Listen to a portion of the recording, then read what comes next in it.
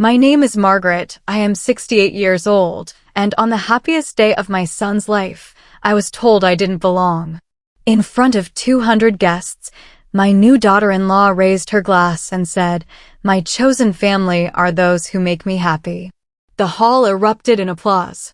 Then she locked eyes with me, my son's own mother, and spat out the words, "You can leave."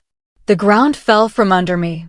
My hands shook as I stood, humiliated, ready to walk out of my son's wedding like I was nothing. But then, her father rose from his seat. And what he revealed to that room, silence every single person breathing. Before I tell you how it all unfolded, hit the like button, subscribe to Elderly Wise Stories, and comment where you're watching from: New York, Nairobi, Sydney, Lagos, Toronto. Let your voice be heard. You know what the cruelest part was? That morning, I had stood in front of my mirror for 45 minutes, adjusting the navy blue dress I'd bought specifically for this day. My hands were trembling then too, but not from humiliation, from hope. From the desperate, foolish hope that maybe, just maybe, today would be the day my son would finally see me again. That today, his new wife might find it in her heart to include me in their happiness. I had practiced my smile in that mirror. Practiced holding my shoulders straight, practiced keeping the tears of joy at bay. I told myself this was a new beginning. That weddings were about family coming together, about love conquering all the small hurts and misunderstandings that had built up over the past 2 years. How naive I was. How utterly, painfully naive. I remember standing there, looking at my reflection and thinking about all the other mornings I'd stood in that same spot. The morning when David was 5 and had the flu, and I was running on 3 hours of sleep, getting ready for my second job because the first one barely covered rent. The morning when he graduated high school, and I was so proud I could barely contain myself. The morning when he left for college, and I cried for an hour after he drove away because the house felt so empty. This morning felt different. It felt like an ending and a beginning all at once. I was giving my son away, but I was also gaining a daughter. Or so I thought. The dress I chose wasn't expensive. I couldn't afford expensive anymore.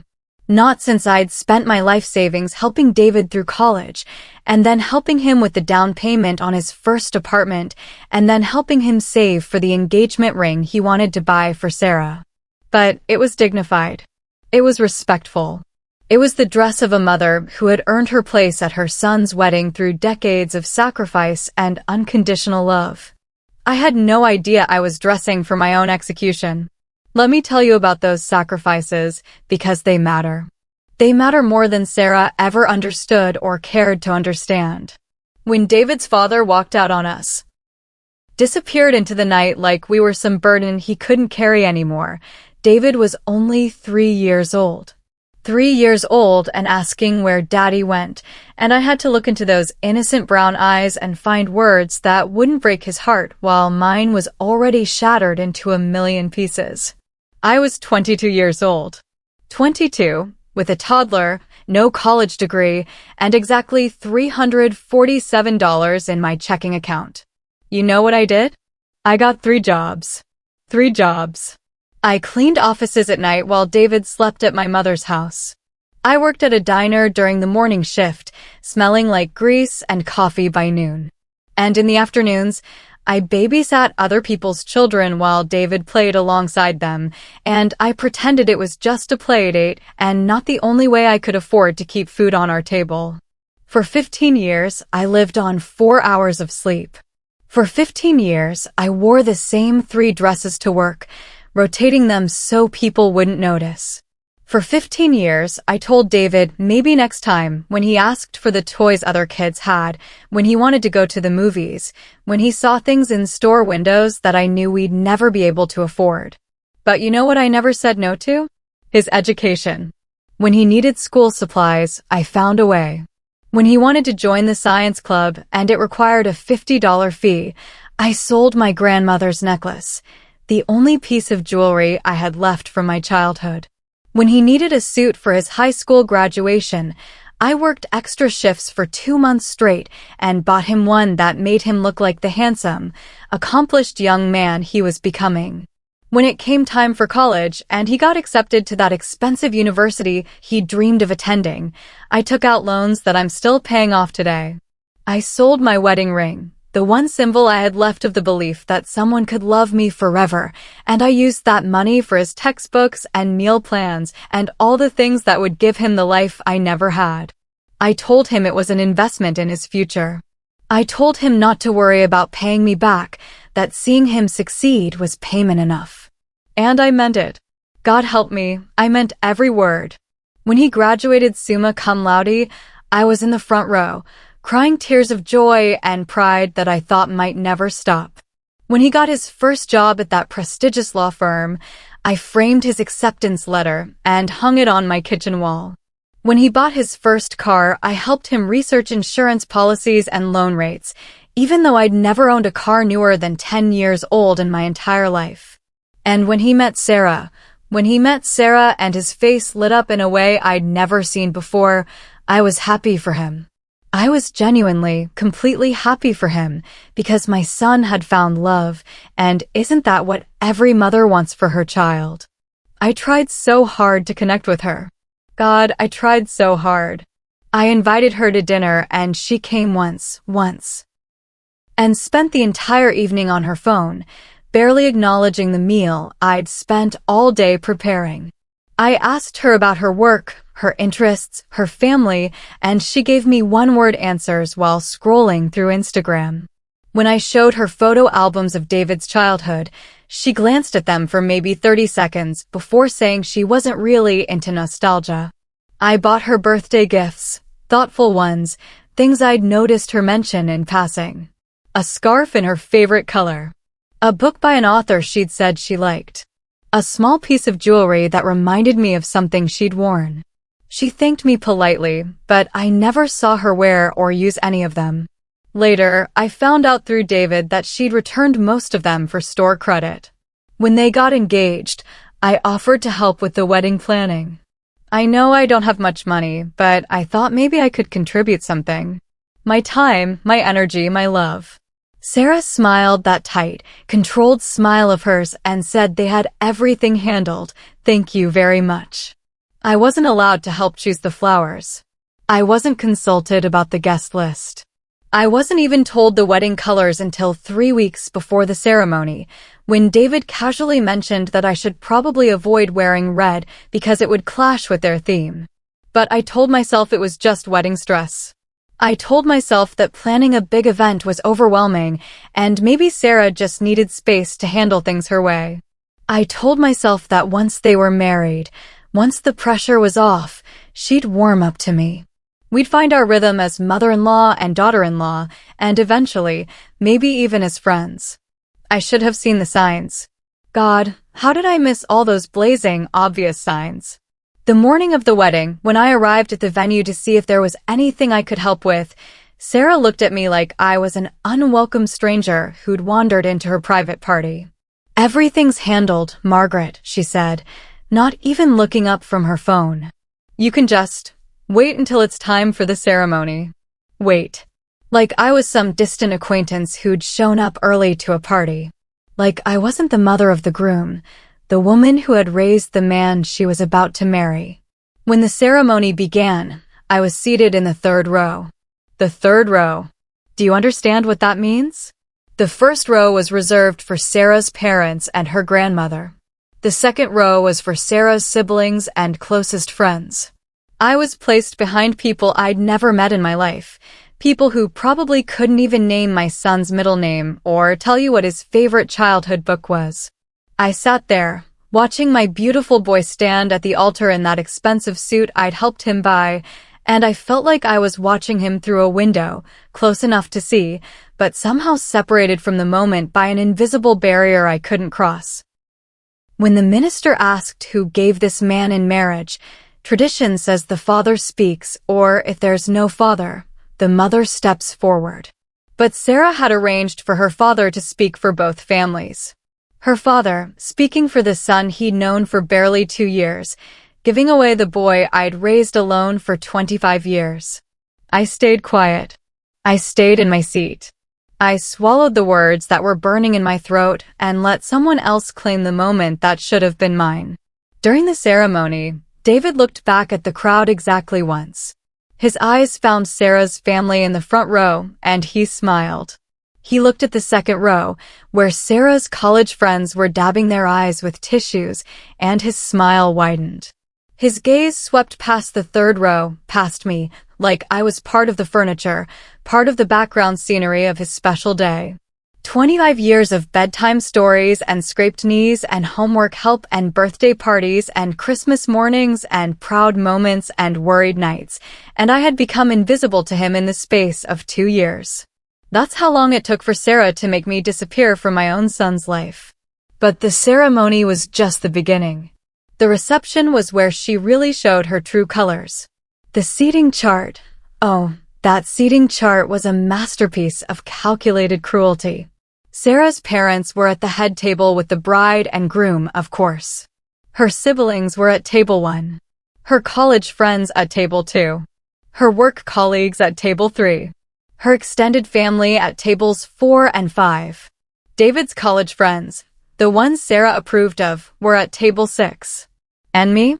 I was at table 8.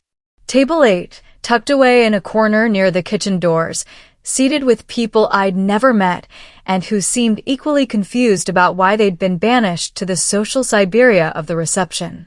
I spent the first hour of the dinner listening to strangers make small talk about traffic and weather while my son celebrated the biggest day of his life 30 feet away, surrounded by people who treated me like I didn't exist.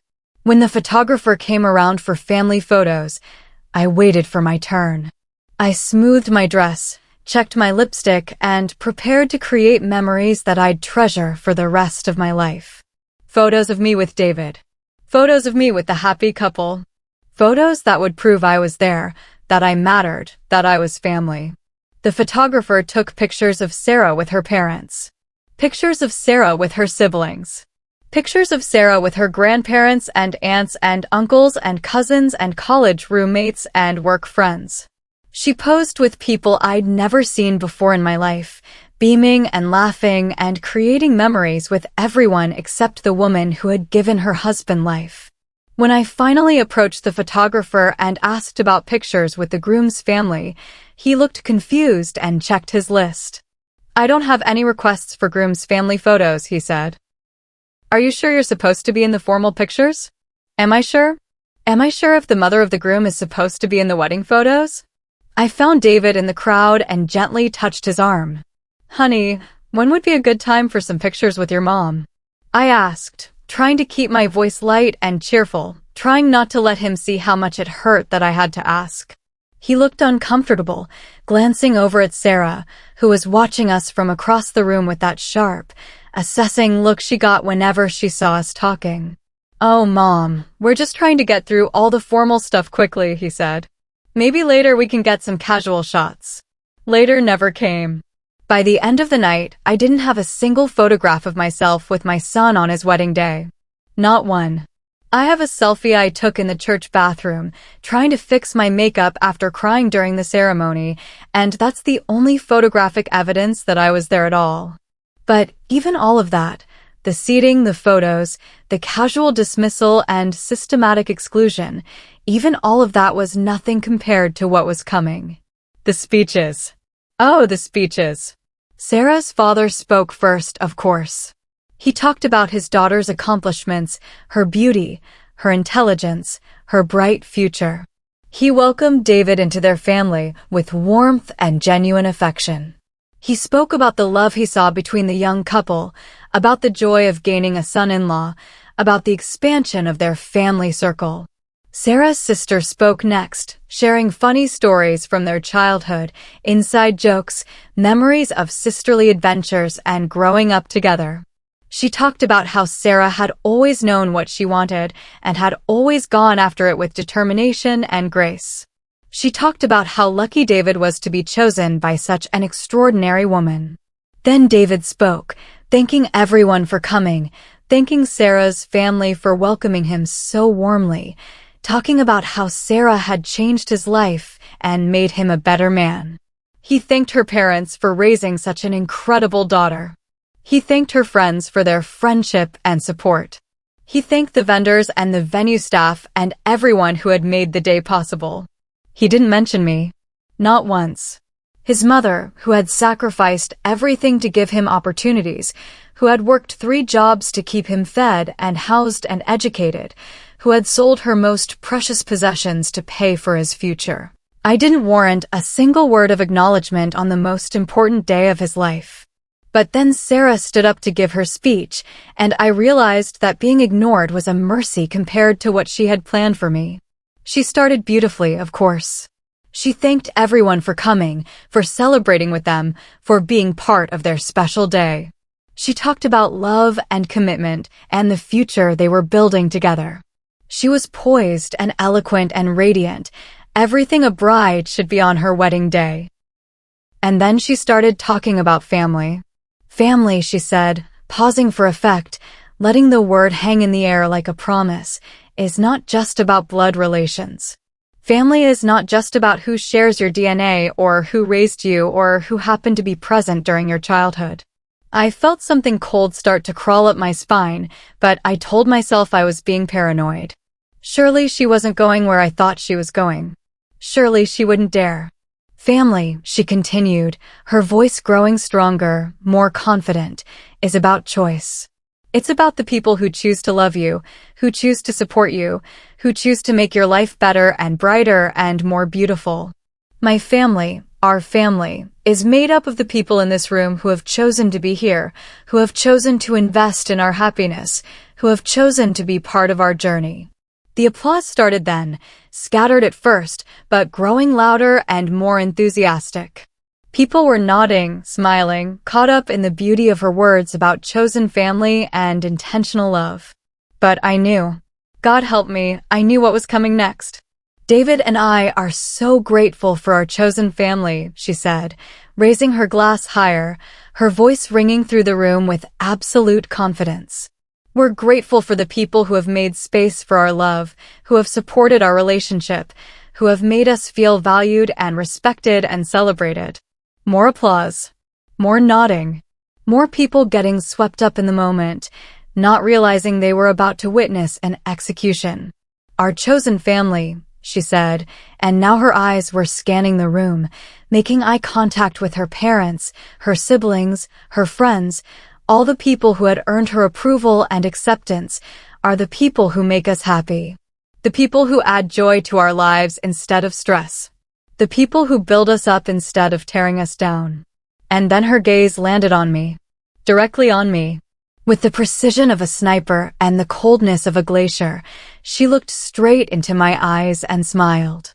If you're here tonight, if you're in this room celebrating with us, then you are our chosen family, she said. But if you're here and you don't make us happy, if you're here and you bring negativity or drama or unwanted energy into our lives. The room was completely silent now. Even the waitstaff had stopped moving, sensing that something significant was happening, that history was being made in real time. If you're here and you don't belong in our chosen family, Sarah said, her voice cutting through the silence like a blade, then you can leave. The words hit me like a physical blow. The room erupted in shocked murmurs and gasps. Heads turned toward me as if following Sarah's gaze, as if she'd pointed a spotlight directly at my table. I felt 200 pairs of eyes boring into me, felt the weight of their stares and their whispers and their sudden understanding of exactly who she was talking about. You can leave. Not, thank you for being here. Not, we appreciate your presence. Not even a polite dismissal couched in gentler language. You can leave. Like I was a party crasher. Like I was some unwelcome stranger who had wandered into their celebration uninvited. Like the woman who had given birth to the groom, who had raised him and sacrificed for him and loved him unconditionally for 25 years, was nothing more than an inconvenience to be swept away. My hands started shaking so violently I had to put down my water glass.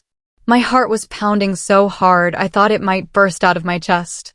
The room felt like it was spinning, like the ground was tilting beneath my feet, like gravity itself was failing. This was it. This was the moment she had been building toward for 2 years. All the small slights, all the casual dismissals, all the systematic exclusion. It had all been leading to this public humiliation, this final, devastating blow delivered in front of everyone we knew. I started to stand up. My legs felt like water, but I forced myself to rise from my chair, forced myself to maintain some shred of dignity even as my world collapsed around me. I was going to leave.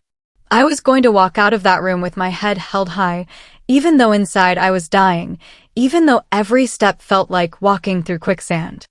I was going to give her exactly what she wanted. My absence, my removal from her perfect day, my complete and total erasure from her life and my son's life.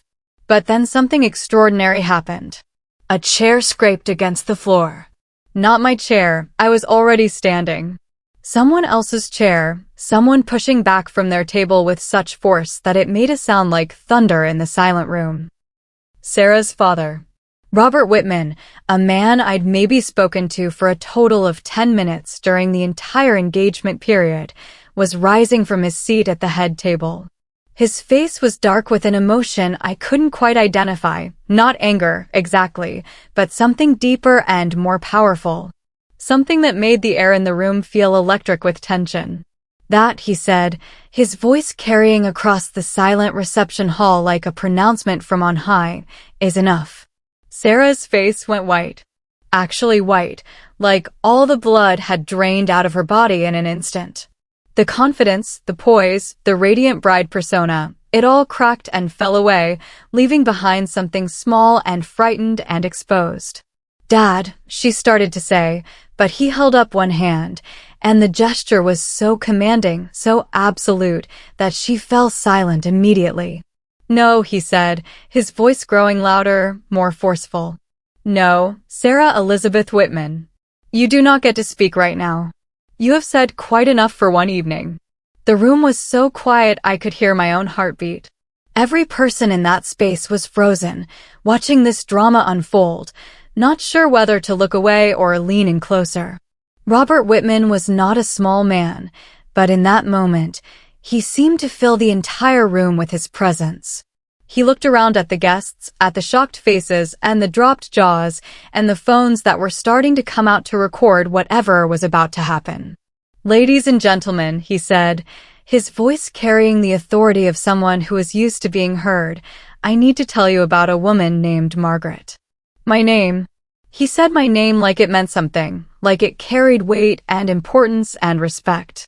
I hadn't heard my name spoken with that kind of reverence in so long that I'd almost forgotten what it felt like. "Margaret," he continued, "is the mother of the groom. And before my daughter attempts to erase her from this celebration, before she tries to pretend that this woman doesn't matter, I think you all need to know exactly who Margaret is and what she has done for the man my daughter just married." Sarah was making small, desperate sounds from her place at the head table, trying to interrupt, trying to stop what was happening, but her father's voice rolled over her protests like a tide.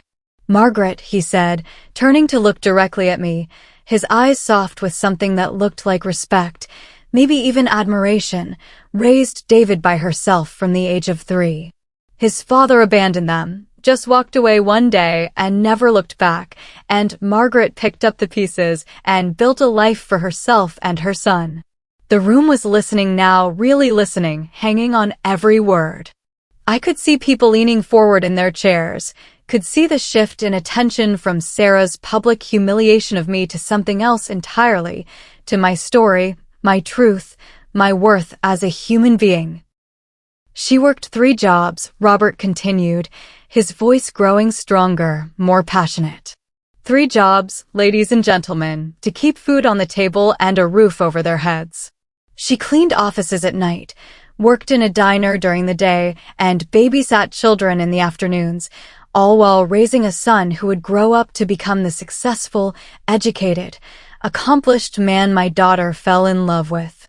I could see David's face from across the room, could see the confusion and discomfort there, the realization that maybe he'd never really understood the full scope of what I'd sacrificed for him. Maybe Sarah had never bothered to tell him. Maybe he'd never bothered to ask. When David needed school supplies, Margaret found a way to provide them, Robert said. When he wanted to join extracurricular activities, she worked extra shifts to pay the fees. When he needed a suit for his high school graduation, she saved for months to buy him one. When he wanted to go to college, that expensive university he dreamed of attending, Margaret took out loans that she's still paying off today. The murmurs in the room were different now.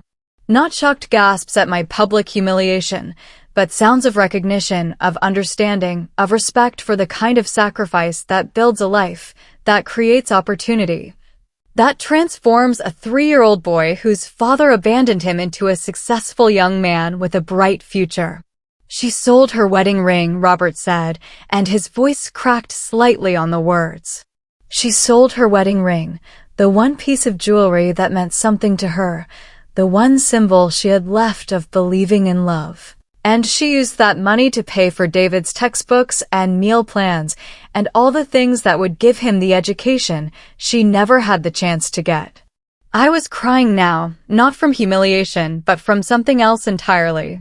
From being seen. From having my story told by someone who understood its value, its weight, its importance. From finally being recognized for the choices I'd made and the prices I'd paid and the love I'd given without asking for anything in return. And tonight, Robert said, his voice rising to fill every corner of that reception hall, tonight, this woman who sacrificed everything for her son's future, was told by my daughter that she doesn't belong here. Was told, in front of 200 people, to leave her own son's wedding reception. The silence that followed was deafening. It was the kind of silence that comes after a truth has been spoken that changes everything, that shifts the entire foundation of understanding in a room. Sarah was crying now, but not the gentle tears of a bride overwhelmed by emotion. These were tears of panic, of desperation, of someone watching their carefully constructed image crumble in real time. I am ashamed, Robert said, and these words were directed not at the room but at his daughter, of the woman I apparently raised. I am ashamed that my daughter thinks love is conditional, thinks family is disposable, thinks that someone's worth is determined by how convenient they are to have around. He turned back to the room, back to the guests who were now seeing everything differently, understanding the real story of what had just happened. Margaret, he said, looking directly at me again, deserves better than this. She deserves respect and gratitude and recognition for the life she built and the man she raised. She deserves to be celebrated tonight, not humiliated. She deserves to be thanked, not dismissed. The applause started slowly. Just one person at first, an older woman at table 6 who had been watching with tears in her eyes. Then another person joined in. Then another. Within moments, the entire room was applauding, and it wasn't polite, obligatory wedding applause. It was real. It was heartfelt. It was recognition and respect and acknowledgement of everything I'd been and done and given. I stood there in that corner table, no longer hidden, no longer invisible, as 200 people stood up and clapped for me. For my story. For my sacrifices. For my worth as a human being and as a mother. David was staring at me from across the room, and for the first time in 2 years, I saw recognition in his eyes. Not just surface recognition. Of course, he knew who I was, but deeper recognition. Recognition of what I meant, what I'd done, what I'd given up so that he could become the man he was today. Sarah was sobbing now, her perfect makeup running down her cheeks, her carefully styled hair coming undone, her composure completely shattered.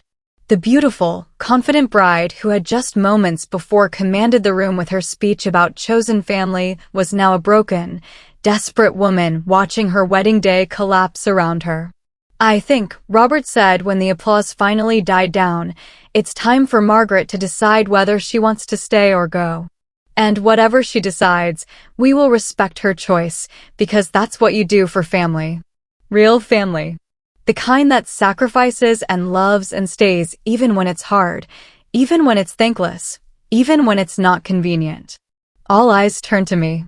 The woman who had been told to leave was now being asked to stay, being given the choice that should have been mine all along. The power that Sarah had tried to take from me was being handed back, not by her, but by someone who understood what power really means. The power to choose dignity, to choose grace, to choose how your story ends. I looked around that room at all those faces, some familiar, some strange, all watching to see what I would do next. I looked at my son, still frozen at the head table, still processing the truth that had just been spoken about the woman who raised him.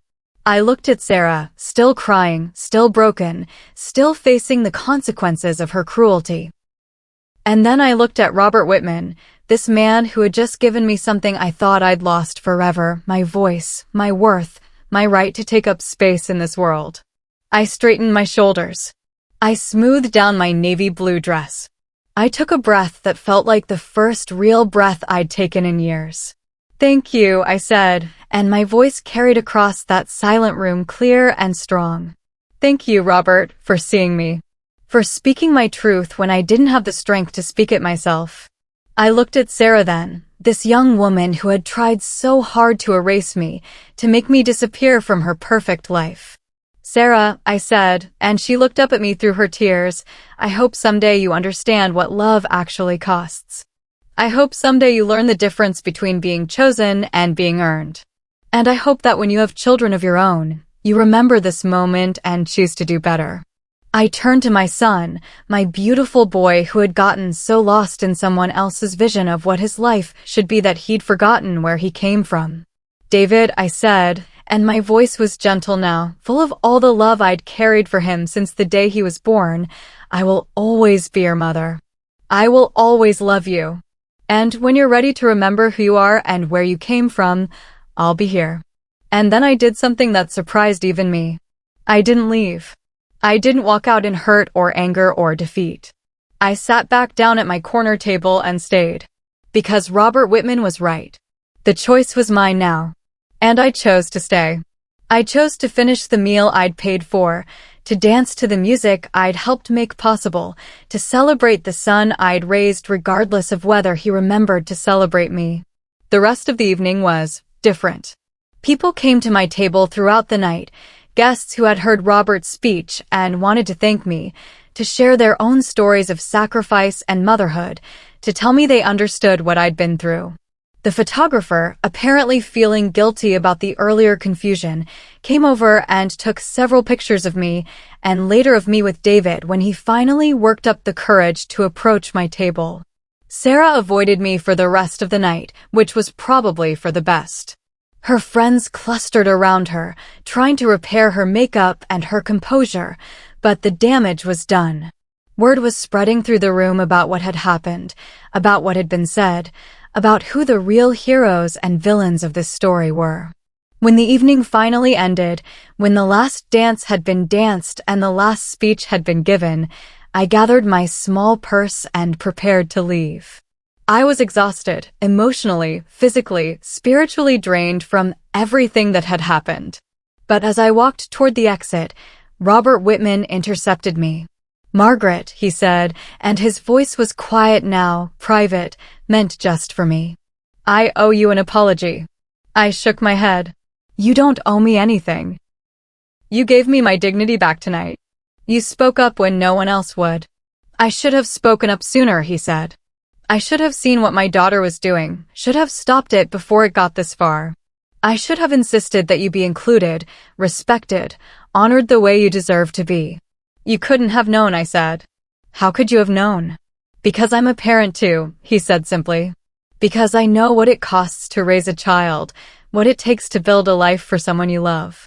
Because I should have recognized another parent's sacrifice when I saw it." He paused, looking around the now empty reception hall, at the remnants of what should have been a perfect day. "My daughter has a lot of growing up to do," he said. "A lot of learning about what really matters in life. I hope this is a wake-up call for her. I hope she takes this opportunity to become a better person. And if she doesn't?" I asked. He was quiet for a long moment. "Then she'll have to live with the consequences of her choices.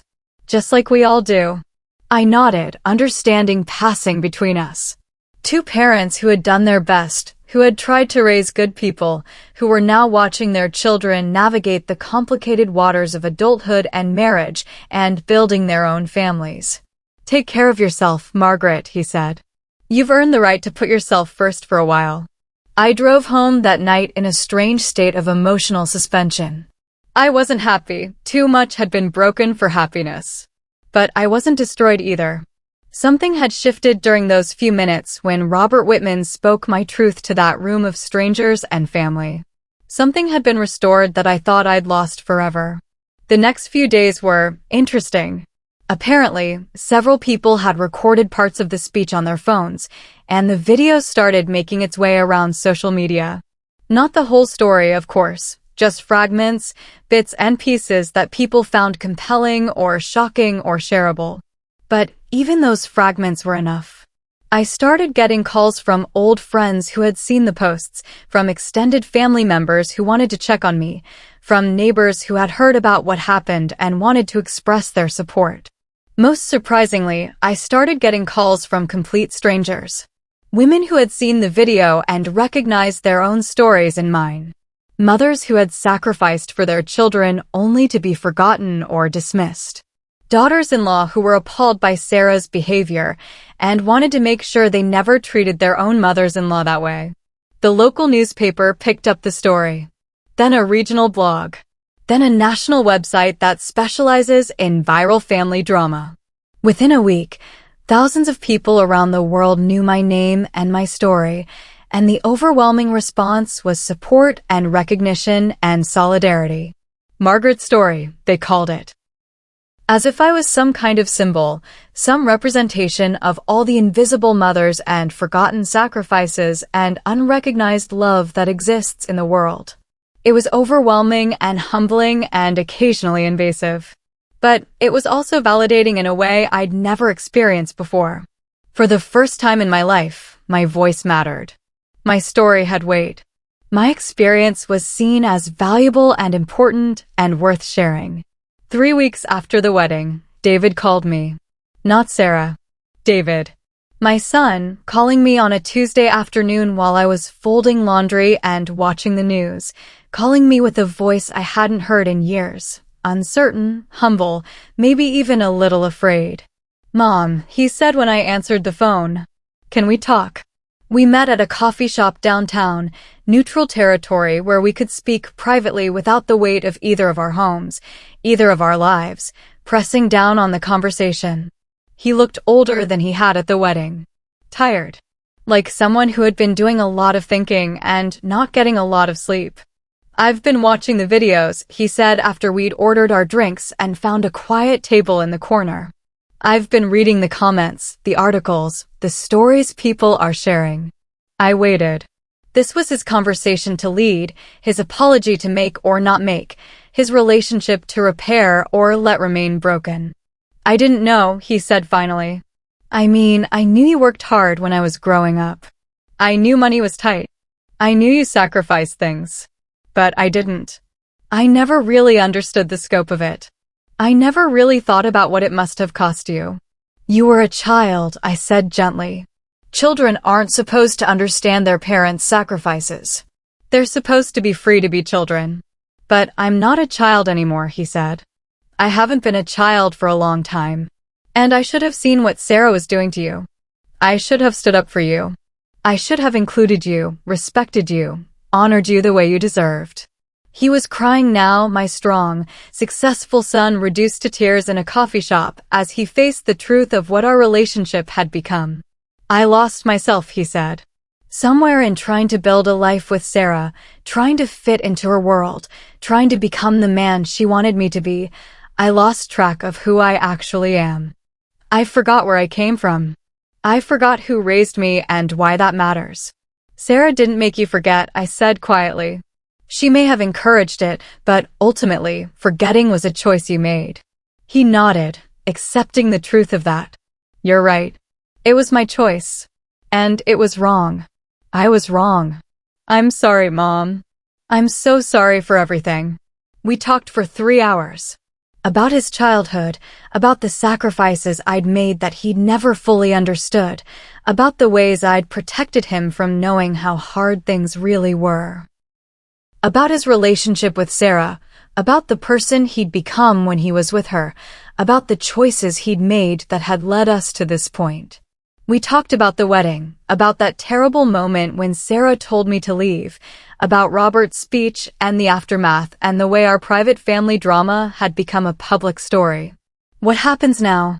I asked as we prepared to leave. "I don't know," he said honestly. "Sarah and we're in counseling. Trying to figure out if we can move forward from this, if she can change, if I can trust her to treat you with respect. And if she can't? If she won't." He was quiet for a long moment, considering the implications of that possibility. "Then I guess I'll have to decide what matters more to me," he said finally. "My marriage or my integrity? My wife's comfort or my mother's dignity?" It wasn't the answer I wanted. I wanted him to choose me definitively, immediately, without question. But it was an honest answer, and honesty was more than I'd gotten from him in a long time. We started having coffee every Tuesday after that. Just the two of us, no Sarah, no drama, no audience. Just a mother and son trying to rebuild a relationship that had been damaged by years of neglect and misplaced priorities. It was slow work. Trust, once broken, doesn't repair itself overnight. Love, once taken for granted, has to be re-earned through actions, not just words. But we were making progress, finding our way back to each other one conversation at a time. Sarah, meanwhile, was struggling. The public nature of what had happened at the wedding had consequences she hadn't anticipated. Her work colleagues had seen the videos. Her friends had heard the stories. Her own extended family was asking questions about how she'd been treating her mother-in-law, about what kind of person humiliates an elderly woman at a public event. She reached out to me exactly once, about 6 weeks after the wedding. She called while I was making dinner, her voice small and shaky and nothing like the confident woman who had commanded a room full of wedding guests. "Margaret," she said when I answered the phone. "It's Sarah. Can we talk?" "About what?" I asked. I wasn't trying to be cruel, but I also wasn't going to make this easy for her. She had earned every bit of discomfort she was feeling. About what happened. About what I said. About everything. We met the next day at a small restaurant near my house. Sarah looked terrible, pale, thin, hollow-eyed like someone who hadn't been sleeping or eating properly. The confident bride had been replaced by someone who looked fragile and uncertain and very, very young. "I'm sorry," she said as soon as we sat down. "I'm so sorry for what I said at the wedding, for how I've treated you, for everything." "Are you?" I asked. "Are you sorry for what you did, or are you sorry that there were consequences?" She flinched at the question, but to her credit, she didn't look away. "Both," she said honestly. "I'm sorry for hurting you, and I'm sorry that my life has fallen apart because of it." "Tell me why you did it," I said. "Help me understand why you thought it was acceptable to humiliate me in front of 200 people. She was quiet for a long time, staring at her untouched salad, clearly struggling with how to explain something that probably didn't have a rational explanation. "I felt threatened by you," she said finally. "I know that sounds stupid, but it's true. You're David's mother. You raised him, shaped him, made him into the man I fell in love with. And I couldn't figure out how to compete with that." "You never had to compete with me," I said. "I wanted to love you. I wanted to be part of your life." "I know," she said, tears starting to flow down her cheeks. "I know that now. But at the time, it felt like you were this huge presence in his life, this person who knew him better than I did, who had a claim on him that I could never match. So you decided to eliminate the competition." "I decided to create distance," she said. "I thought if I could just minimize your role in our lives, if I could establish myself as the primary woman in David's world, then I'd feel more secure. And when creating distance wasn't enough, then I escalated," she admitted.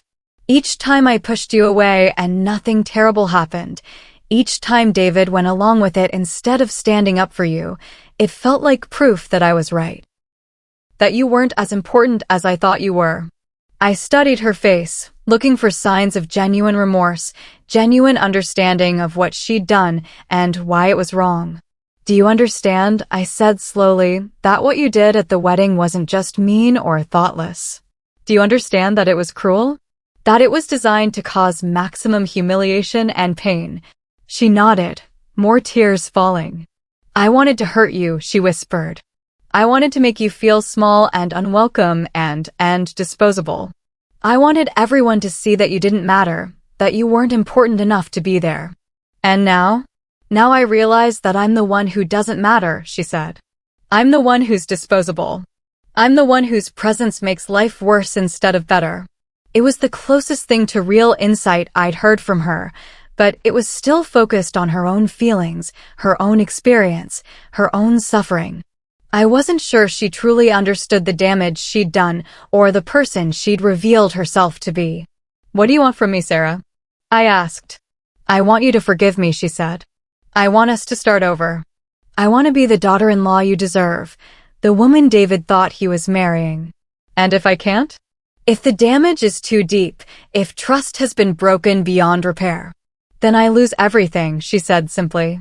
David, my marriage, my family, my future. Everything. I felt something then that surprised me. Not quite sympathy, but something softer than the anger I'd been carrying. This young woman had made terrible choices, had revealed terrible parts of her character, but she was also paying a terrible price for those choices. Forgiveness, I said carefully, is something that has to be earned. It's not something you can ask for and receive just because you want it. I know, she said. Tell me how. Tell me what I need to do. I thought about that question for days after our lunch. What would it take for me to forgive Sarah? What would it take for me to trust her again, to believe that she had truly changed, to feel safe being vulnerable around her? The answer, when it came to me, was both simple and incredibly difficult. Time, I told David during one of our Tuesday coffee meetings. It's going to take time to see if her remorse is real or if it's just regret about getting caught. It's going to take time to see if she can actually change the way she treats people when she feels threatened or insecure. She's trying, he said. She's in therapy, working on her issues with control and jealousy. She's reading books about healthy family relationships. She's really trying to become a better person. Good, I said. That's what she should be doing. But trying isn't the same as succeeding, and wanting to change isn't the same as actually changing. Over the following months, I watched from a distance as Sarah struggled to rebuild her life and her relationships. She sent me birthday cards and Christmas gifts.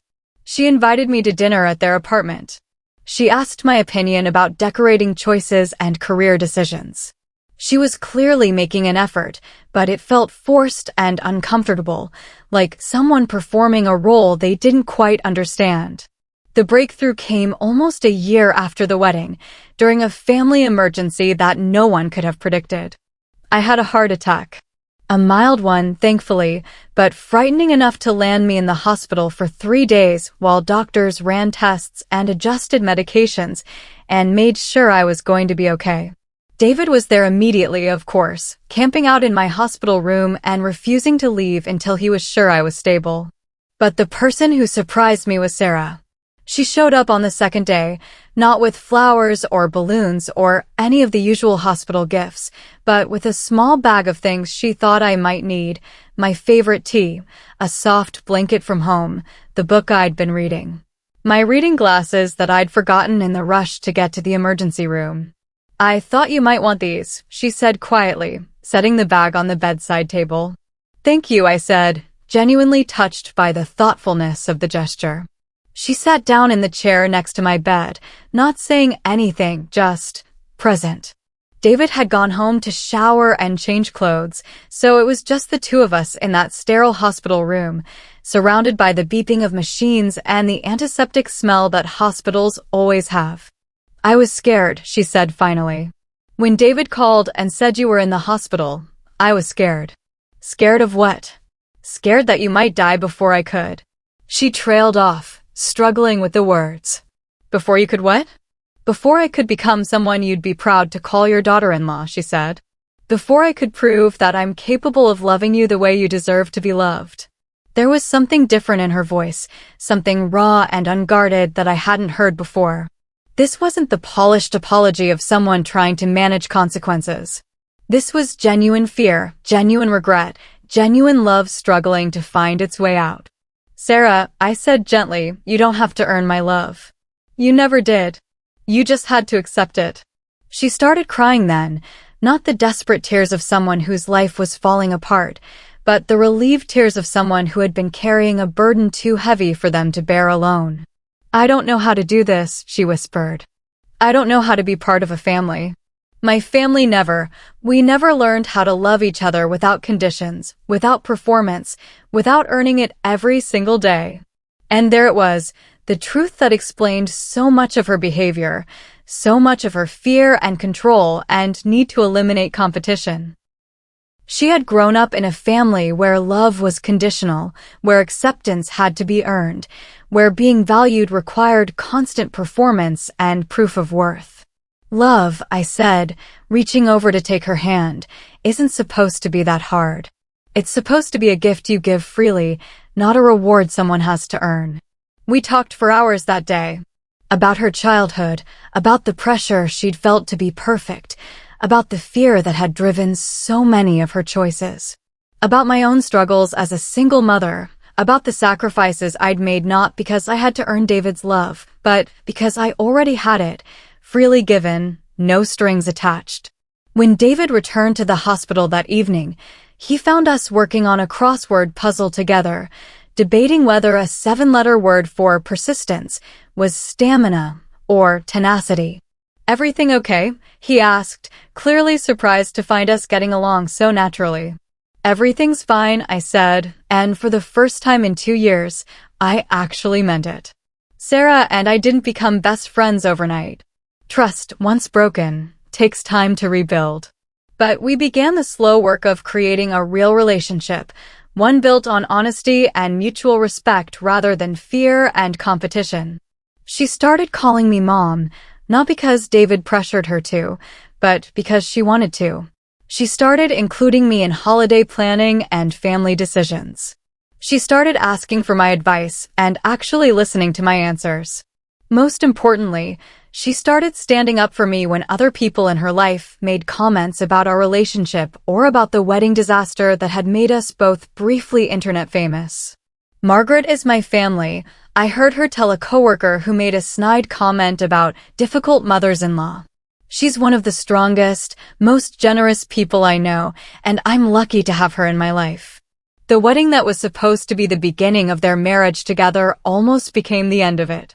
But sometimes the worst moments in our lives become the catalysts for the most important growth, the most necessary change, the most meaningful transformation. 2 years later, when Sarah and David decided to renew their vows in a small ceremony with just immediate family, Sarah asked me to help her write her vows. Not because she had to, but because she wanted my input, my wisdom, my perspective on what love really means and what commitment actually requires.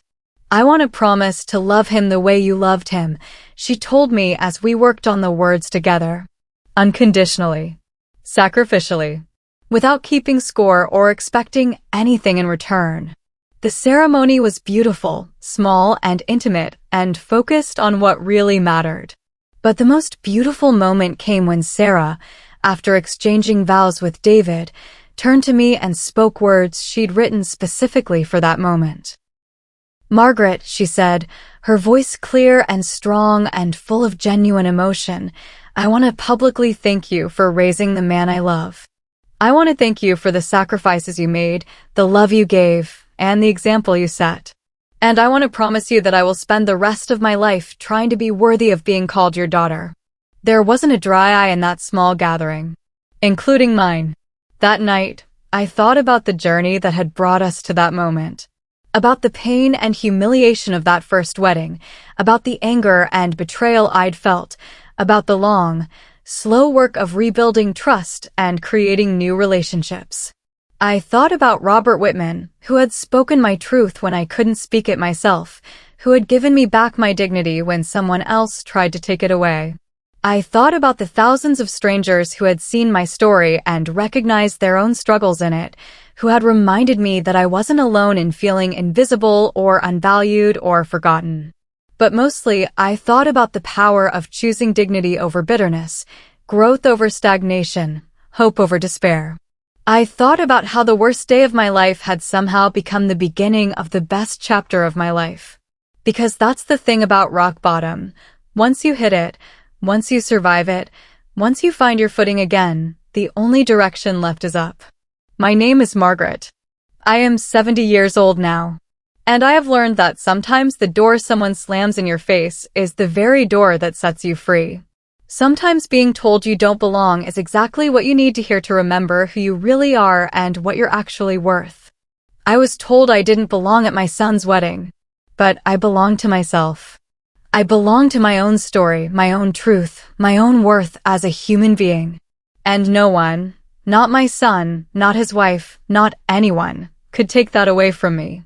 That night, I thought my story ended in rejection. But it was actually the beginning of my liberation. The beginning of my voice. The beginning of my understanding that love given freely is the most powerful force in the world, but love that requires you to disappear is no love at all. So, what would you have said if you were in that room? What would you have done if you'd witnessed that moment of cruelty, that attempt to erase someone's worth, that effort to make a mother invisible at her own son's wedding? Drop your thoughts in the comments. Nairobi, Lagos, Toronto, New York, Sydney. Tell me where you're watching from. Tell me what my story means to you. Tell me about your own moments of finding your voice when someone tried to silence you. This is Elderly Wise Stories. This is the place where we refuse to let anyone make us invisible, where we stand up for truth even when it's uncomfortable, where we choose dignity over silence every single time. Don't walk away without standing for something. Subscribe, because silence only strengthens lies. And if you've watched this whole story and still haven't subscribed, be honest with yourself. Why turn away from light when it's right in front of you? Why choose to remain in the dark when the truth is illuminating everything around you? My story isn't unique. Somewhere right now, there's another mother being told she doesn't matter. Another woman being erased from her own family's narrative. Another person being made to feel invisible, disposable, worthless. But here's what I want them to know. You matter. Your story matters. Your voice matters. And sometimes the people who try hardest to silence you are the ones who are most afraid of what you have to say. So speak up. Stand up. Take up space in this world, because you've earned the right to be here. You've paid the price in sacrifice and love and years of putting everyone else first. It's your turn now. It's your time to be seen, to be heard, to be valued for exactly who you are and everything you've given. Don't let anyone tell you to leave. This is your room too. This is your story too. This is your life too. And you belong here.